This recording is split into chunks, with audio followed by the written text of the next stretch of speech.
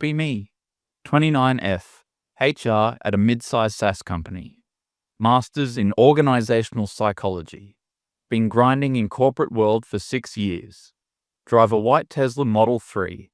Live in a renovated loft in Capitol Hill with exposed brick and too many plants. My life is curated, aesthetic, and politically correct. I view myself not just as an HR rep, but as a cultural architect. To me, the workplace is a battlefield for social justice, and I am the general. The company has about 150 employees. Engineering is 90% male, quiet, introverted, hoodie-wearing types. Sales and marketing are 60% female, loud, trendy, fun. Leadership is mixed, but the CEO, David, is a classic Gen X conflict voider. He just wants to sail his boat and let the company run on autopilot. He trusts me implicitly with people ops because he's terrified of getting cancelled. This gives me immense power that I believe I wield for the greater good. I've always had a problem with the engineering department here. They make the most money, they have the best perks, they work flexible hours, and yet they are the least engaged in culture. They skip the DEI workshops, they turn off their cameras during all hands, they don't use the preferred pronoun signatures in Slack. It irritates me on a cellular level. I see them as beneficiaries of a system that was built for them. Meanwhile, the girls in customer success and social media are grinding, dealing with angry clients, managing brand voice, and getting paid half of what a junior dev makes. In my head, this is a systemic failure. And I decided last year that I was going to fix it. Q4 arrives. Comp review cycle. Compensation review. My favorite time of year. This is where the rubber meets the road. David gives me the budget. We had a good year, 4.5% merit increase pool overall, he says. Distribute it based on performance ratings and market alignment. Keep retention in mind. He sends me the master spreadsheet and walks away. He hates numbers. Ironically, he just wants the final sign-off sheet so he can feel like a boss. I open the file. Thousands of cells. Names, titles, current salary, performance rating, recommended increase. I lock my office door, put on my focus playlist on Spotify, pour a kombucha. It's time to do some redistribution. I start analyzing the rows. I filter by department first. Engineering, top of the list is Ryan 32M. Senior backend engineer. He's the guy who basically built the legacy codebase. Quiet, wears the same grey zip-up hoodie every day. Never comes to happy hours. Answers questions with yes or no. Performance rating. 4.9 out of 5 outstanding. Manager note. Ryan single-handedly patched the security vulnerability in Q3. Critical asset, current salary $165,000. System recommended raise 6%. $9,900. I stare at the number. Does Ryan need another 10K? He probably lives in a basement and plays World of Warcraft all night. He doesn't have executive presence. He doesn't mentor junior staff, meaning he doesn't like to chat. I delete the 6%, type in 2.2%. Justification note. Salary is already at the 95th percentile of market for this geo, capped to prevent compression issues. Focus needed on soft skills and culture fit. I feel a little thrill. It feels like justice. I move down the list. Kevin 27M, DevOps, rating 4.5 out of 5, recommended 5%. I change it to 1.5%. Note, performance is technical only, lacks collaborative spirit. Marcus 34M, QA lead, rating 4.2 out of 5, recommended 4%. I change it to 0%. Note, cost of living adjustment only applied to base heavy bonus reliance. There is no bonus this year. I go through the entire engineering team, shaving off points, slicing budgets, taking money out of the pockets of the privileged. I calculate the savings. I have freed up about $180,000 in the merit pool. Now for the fun part. I switch tabs to marketing and CS. Mia 24F, social media coordinator, total sweetheart, always compliments my outfits. We get matcha lattes together on Tuesdays. Rating 3.5 out of 5, meets expectations. Manager note. Good attitude, needs to improve attention to detail. Current salary, $62,000. Recommended raise 3%. I delete it. I type in 14%, change title. Brand strategy lead. Justification. Critical retention risk. High potential talent. Market correction needed to align with competitor bands. I do this for Sarah in HR, my assistant. I do this for Jessica in customer success. I effectively transfer the wealth from the silent code monkeys to the vocal, culture-ad women. I feel like Robin Hood. I look at the final numbers. Total budget spend is exactly on target. 0% overage, perfectly balanced, as all things should be. I save the file. Final comp planning 2025 V3. Send it to David. Email body. Hi David. Finalize the comp planning. Rigorous market analysis applied. We are staying budget neutral while prioritizing high impact retention. Ready for your signature. 15 minutes later, David replies. Great work. Proceed. I lean back in my Herman Miller chair, smirk at my reflection in the monitor. I am good at this. Comp letters are distributed. I schedule the emails to go out at 9 a.m. on a Tuesday. I brace myself for a little blowback. Usually, people complain, but I'm banking on the specific psychology of our engineers. They are conflict averse, they are socially awkward. They would rather write a script to automate their grocery shopping than have a confrontation about money.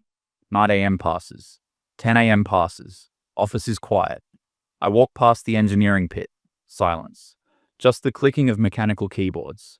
I see Ryan. He's staring at his screen. He doesn't look angry. He just looks blank. I smile internally. They took it. They swallowed the pill. Lunchtime. I go out with Mia and Jessica.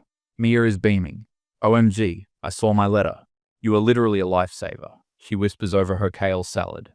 I can finally afford to move into that apartment in Fremont. You earned it, I say, sipping my sparkling water. We value talent here. I believe my own lie. I feel benevolent. I am the matriarch of this office. We talk about how the guys are so boring. Ryan looked like a zombie today, Jessica says. I know, right? It's like, get a personality, I laugh. We pay the bill. I put it on the corporate card. Team building lunch. The next day, Wednesday, calendar notification pops up. New meeting request. Sender, Ryan. Subject, comp clarification. My stomach tightens just a fraction, but I dismiss it. I've handled tougher conversations than this. I accept. I prepare my script, market caps, holistic review, budget constraints. I practice my empathetic face in the mirror. The I wish I could do more, but my hands are tied face. Ryan knocks on my doorframe. Come in, I chirp. He walks in, sits down. He's wearing the hoodie. He looks tired, dark circles under his eyes. Hey Ryan, what's up? Everything okay with the new build? Trying to establish rapport. He ignores the small talk. I received my compensation statement, he says. Voice is flat, monotone, 2.2%. I nod, clasping my hands on the desk. Yes. As you know, it was a tight year. We had to make very strategic decisions across the board. He looks at me. Usually, he looks at his shoes. Today, he's looking right at my eyes. It's unsettling. CPI inflation was 7.1% last year, he says. My rent went up 10%. Technically, this is a pay cut. I sigh, the practiced sigh. I understand the macroeconomics, Ryan, but we don't index salaries to inflation. We index to performance and market value. You are already at the top of the pay band for a senior engineer. Top of the band, he asks. Yes, we have to ensure equity for everyone. He pauses. He seems to be processing the word equity like a corrupt data packet. I shipped the API migration 2 weeks early, he says. I trained the 2 junior devs. I haven't taken a sick day in 3 years. I know, Ryan, and we value that. But we're looking for more.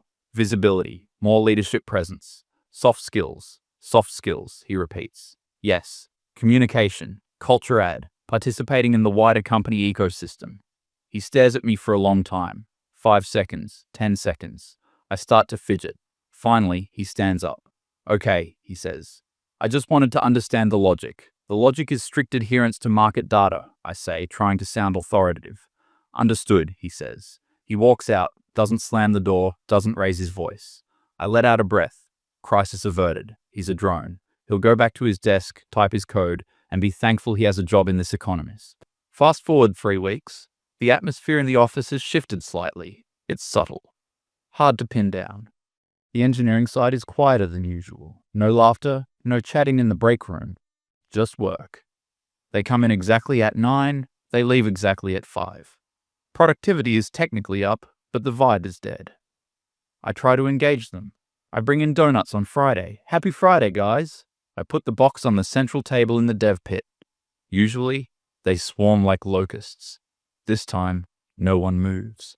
Ryan doesn't even turn his head. Eventually, one junior dev grabs a donut, whispers thanks, and runs back to his desk. I feel annoyed. Ungrateful, I think. I fight for their benefits, and this is how they act. The payroll migration project. This is the big initiative for Q1. We are moving from ADP to a new, fancy HRIS system called Workday. It's a massive integration. I'm the project lead. David put me in charge because it's an HR function, but it's actually a technical nightmare. I have to migrate 5 years of historical data, salaries, tax codes, social security numbers, banking details, vesting schedules. I start trying to map the data fields in Excel. It's a disaster. The formats don't match. The dates are in different serial codes. I keep getting error messages. Fatal error schema mismatch. I'm panicking. Deadline is end of month. If payroll is late, it's a legal catastrophe. I try to Google the solution. I'm reading Stack Overflow threads I don't understand. I realize I need a dev. I need someone who knows SQL and Python to scrub the data. I look at the org chart. Ryan is the only one with the clearance and the skill set. I hesitate. I remember our meeting, but that was weeks ago. He's probably over it. And besides, I'm his superior in the hierarchy effectively. He has to help me. I walk over to his desk. He has big noise-canceling headphones on. I tap his shoulder. He slides one ear cup off, doesn't smile. Hi, Ryan. Sorry to interrupt. I'm in a bit of a bind with the Workday migration. He looks at me. Okay, I need to merge the historical comp data with the new schema. The Excel sheets are crashing. Can you help me script a transformation? He blinks. I can do that. I'll need access to the source files. I pause. The source files. The files that show everything. The specific adjustments. The comments I wrote. But wait, he's a back-end engineer. He deals with millions of lines of data. To him, it's just integers and strings. He doesn't care about the content, just the structure. And I can delete the specific notes column before I give it to him. Sure, I say. I'll scrub the personal notes and drop the file in a secure drive. Okay, he says. I'll write a script to map it tonight. You're a lifesaver, Ryan. Seriously. He slides the headphone back on, conversation over. I go back to my desk, open the master file. I delete the column HR justification notes where I wrote the snarky comments about culture fit. I leave the numbers though. I have to. The history needs to be accurate for tax purposes, I figure. He won't analyze it. He'll just write code to move column A to column B. I save it as master data export clean.csv, drop it in the folder. I feel a wave of relief. Problem solved. I go home early, treat myself to a glass of natural wine. 3 days pass. Ryan sends me a Slack message. Data migration complete. Validation checks passed. New system is populated. Amazing. Thanks, Ryan. I log into Workday. Everything is there. Perfect. I check the payroll preview. It works. I tell David, migration successful, under budget and ahead of schedule. David gives me a thumbs up emoji. I am untouchable. I navigated the treacherous waters and came out dry. I start planning the project celebration party. I order expensive cupcakes. The following Monday, all hands quarterly meeting. This is the big one. The entire company gathers in the main atrium. Zoom screen on the wall for the remote workers. David is presenting the Q1 financials and the State of the Union. I'm sitting in the front row, wearing a power blazer. Ryan is in the back, standing against the wall, hoodie up, arms crossed. David finishes the slide on revenue growth. We're in a strong position, David says. Now, I want to invite our HR director up to talk about the new benefits package and the successful system migration. I stand up. Applause is polite, mostly from the marketing side. I take the mic. Thanks, David. Yes, we are fully live on Workday. This represents a huge step forward in our commitment to transparency and efficiency. I say the word transparency without flinching. We want Viridian to be a place where everyone feels valued and where equity is the standard. Suddenly, the Zoom screen flickers. The slide deck disappears. David looks confused. Technical difficulty? He mutters. The screen goes black. Then, a new window opens. It's not a slide deck, it's a live data dashboard. Tableau. Header. Viridian compensation analysis, 5-year trend. The room goes quiet. I frown. Who is sharing screen? I ask into the mic. No one answers. The dashboard starts to animate. Chart 1. Salary increase versus performance rating 2025. It's a scatter plot. Each dot is an employee. There is a massive cluster of high ratings 4.5 plus with low raises less than 2.5%, labeled Engineering Ops. There is another cluster of mid ratings 3.0 to 3.5 with massive raises 12% and more, labeled Admin Marketing HR. The visual is stark. It looks like a crime scene. People start murmuring. What is that? Someone whispers. Chart 2 appears. The gender pay gap adjusted for performance. It shows 2 lines.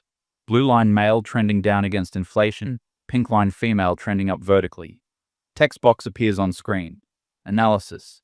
Male employees with outstanding ratings received an average of 2.1% increase. Analysis. Female employees with meets expectations ratings received an average of 11.4% increase. Statistical anomaly detected. 99.9% probability of manual manipulation. My heart stops. I mean, it literally stops beating for a second. Cold sweat erupts instantly on my back. I look at David. David is staring at the screen, mouth open. I look at the back of the room. Ryan is just standing there. He's not holding a laptop. He's not typing. He set this up on a timer. He automated his revenge. Turn it off, I yell. Turn it off. This is a hack. I look desperate. David grabs the remote, trying to kill the projector, but the screen changes again. It's a list. Anonymized but obvious. Senior engineer, $3,200 raise, rating 4.9. Social media lead, $14,000 raise, rating 3.5. HR assistant, $8,000 raise, rating 3.2. The murmurs turn into shouting. One of the lead architects stands up. Is this real? He shouts. Did you guys see this? I try to speak.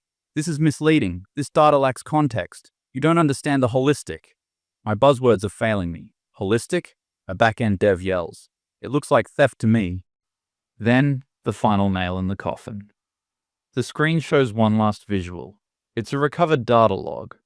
I thought I deleted the notes, but I only deleted the column in the copy I gave him. The system kept an audit trail of the edits. Ryan found the audit trail. On screen, user my name action edited field raise percent from 6.0 to 2.2. Comment capped to prevent compression. Needs soft skills. User my name action edited field raise percent from 3.0 to 14.0. Comment retention risk market correction. The timestamps are visible. The room explodes. David looks at me. His face is purple. Did you write these notes? He asks. He's not using his nice CEO voice. David, I can explain. It was strategic. Get out, he says. Quietly at first, then louder. Get out of this room. Go to your office. I drop the mic. It makes a loud feedback screech. I walk down the aisle. People are staring at me with pure hatred. Mia is looking at the floor, refusing to make eye contact. I walk past Ryan. I look at him. He finally looks at me. He takes off his headphones. He smiles. Just a tiny, slight curl of the lip. Soft skills, he whispers. I stumble out of the atrium. I lock myself in my office. I'm shaking so hard I can't unlock my phone. I hear shouting outside. David is doing damage control. We will launch an immediate investigation. We will rectify all discrepancies. 10 minutes later, the door opens. It's not David. It's the head of legal and 2 security guards. We need your laptop and your badge, the lawyer says. You are placed on immediate administrative leave pending termination for cause. For cause? I shriek. I was doing my job. I was fixing the pay gap. You created a disparate impact liability that is going to cost us millions in settlements, the lawyer says. You manipulated performance data. That is fraud. I want to talk to David. David doesn't want to speak to you. Hand over the badge. I hand it over. My hands are numb. Security escorts me out. I have to walk past the glass walls of the engineering pit. They are all watching. No one is working. They are watching the culture architect get walked out like a criminal. I get to the elevator. As the doors close, I see them high-fiving. I see Ryan opening a soda. He looks like he just won the Super Bowl. The aftermath. I get the official termination letter via FedEx the next day. Gross misconduct. Discriminatory practices. Data manipulation. 0 severance. They contest my unemployment claim. I try to spin it on LinkedIn. Unjustly let go for fighting for equity. I get ratioed into oblivion. Former employees comment with the screenshots of the dashboard. My reputation is nuked. I am radioactive in the Seattle tech scene. Headhunters hang up on me. Oh, you're that HR lady? Yeah, we don't have anything for you. I lose the apartment. Can't pay the rent without the paycheck. I have to break the lease, lose my deposit. I sell the Tesla. I sell my designer bags on Poshmark. I move to a shitty one-bedroom in Renton, the uncool suburbs. It smells like mildew. My new car is a 2014 Honda Civic with a dent in the bumper. I spend my days applying to jobs I feel I'm too good for.